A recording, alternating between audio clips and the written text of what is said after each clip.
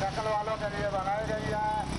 National command and operation centre کے تازہ ترین اعداد و شمار کے مطابق گزشتہ 24 گھنٹوں کے دوران 3,301 نئے کیسز رپورٹ ہوئے۔ پنجاب میں 2,02,743، سندھ میں 2,63,664، خیبر پختونخوا میں 81,204، بلوچستان میں 19,374، گلگت بلتستان میں 4,975، اسلام آباد میں 53,136، جبکہ آزاد کشمیر میں 11,946 کیسز رپورٹ ہوئے۔ ملک بھر میں اب تک 98,95,515 افراد کے ٹیسٹ کیے گئے۔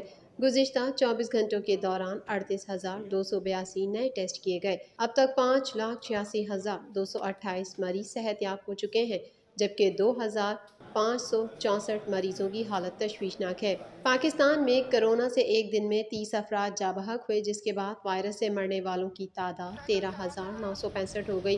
پنجاب میں 6,048، سندھ میں 4,482، خیبر پختونخوا میں 2,238، اسلام آباد میں 552، بلوچستان میں 203، گلگت بلتستان میں 103 اور آزاد کشمیر میں 339 مریض جان سے ہاتھ دھو بیٹھے۔